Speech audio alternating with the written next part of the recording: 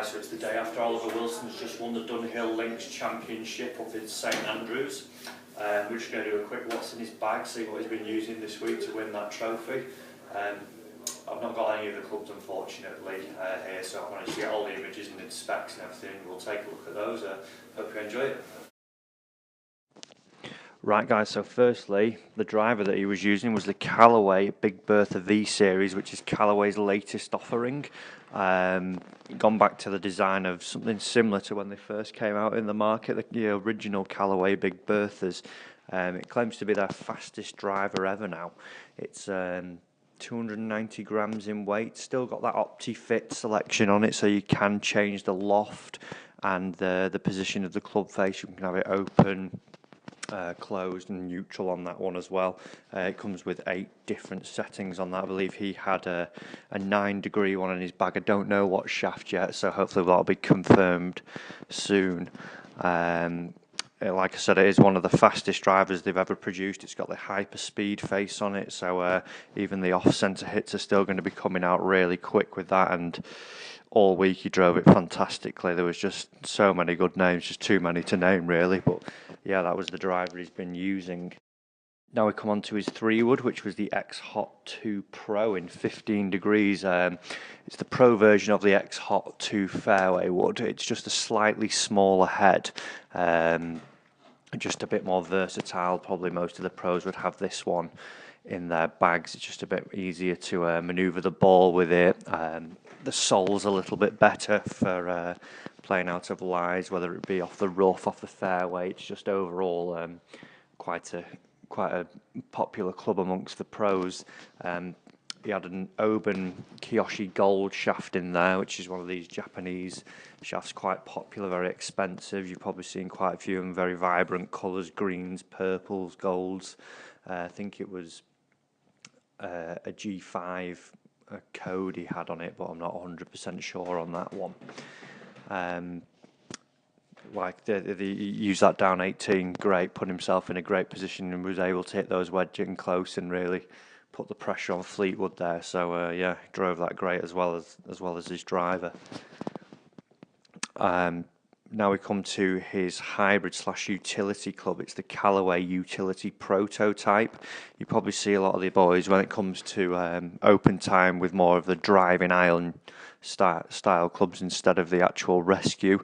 Just a bit more iron-like, a bit more compact, a bit of a smaller sole, so off the deck they're a bit easier to hit, a bit of a lower flight, a bit more of a you need in those links conditions, keep it below and out of the wind. He had an 18 and a 21 degree of those, so that's sort of replacing his 3-iron and a 2-iron there now. A bit easier to hit than the 3 and the 2-iron, with just with that little bit of a wider sole. A bit more weight, you can probably see there's the weight insert down at the bottom of the sole of the club, which is going to be a little bit more forgiving for the player and easier to control. The club actually was designed by Roger Cleveland. You probably know him from Cleveland Wedges. I don't know whether he's designed many other clubs outside of wedges, but this was one of his. Callaway got him a couple of years ago, and this was one of the first projects he actually did work on alongside with the wedges. So yeah, lovely looking club, and again he seems to have utilised it really well last week. His irons were the Apex Pro irons.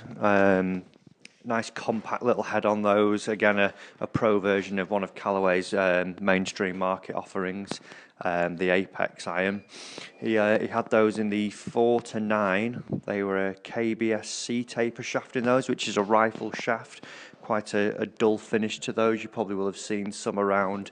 About 120 grams they are in weight. Like I said earlier, rifle shaft, so designed to just give it a bit more of a penetrating launch angle. Don't want to be getting it too far up in the air, obviously, when you're playing those links conditions and letting the wind take control of the ball. It just makes it a little bit easier for the players to control with those. Lovely feeling iron. They're not as harsh as a Project X and some other X shafts you can get. It's just a bit more of a cushioned feel. Well, I don't know if any of you guys have got there. If you agree with me, give me a little thumbs up on that. Yeah, so he's 4 to 9. So obviously he selected his own pitching wedge from the set here, and the wedges that he did use were the Callaway X Tour. forged vintage wedge. Now these are going back 3 years now. There's been the Mac Daddy and the Mac Daddy 2 and Mac Daddy Tour grind since these were actually in the market, so quite an old wedge. Is probably something that he's been playing with for a couple of years, been very comfortable with them. He's gone for a 48, which is standard pitching wedge loft, so he's taken the actual pitching wedge out of the Apex irons and replaced it with a vintage one, and then gone for a 54. His gap wedge, probably used for around about the 110, 120 yard marker, and small pitches around the green area, and then also a 60-degree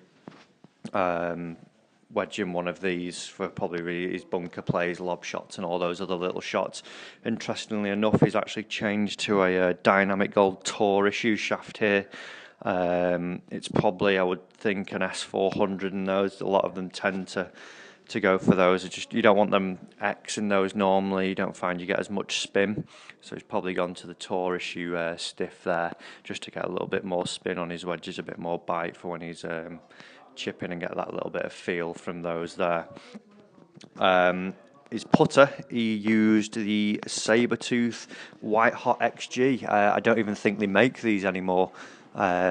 He has putted with it for a number of years now. Back when he was in the Ryder Cup in 2008, he's stuck with that. So it must be something that really suits its eye. It does have those 2 bars at the side of it, like the teeth, and then 2 more in the middle, which really focus you on your alignment of the putts, which will definitely help if it's something that he struggles with setting up. It'll really get everything square and neutral for him on his putts. So a nice putter, and it definitely did the trick this week. Made his bank balance a little bit richer, so it's great to see him back up there. He spent a couple of years on Challenge Tour. Now he's actually out caddying for a friend on Challenge Tour next year, chatting with him, stood next to him on the practice ground. And one thing that I would say to everybody watching and listening, if you can take something from it, you've just got to keep persevering. When I chatted to him, he was very upbeat about his golf, even though he was still in a difficult place, having been in the Ryder Cup in 2008, to be stood on the lower tier tour, but he was still positive that he was going to get back there, keep performing, doing the right things, and one day it would pay off. So all we can say is congratulations to him. Well done. Keep going. Only hope we have another good finish to the season now. If you've liked the video, guys, please do like it and subscribe to my channel. Thanks for watching, and I'll see you again.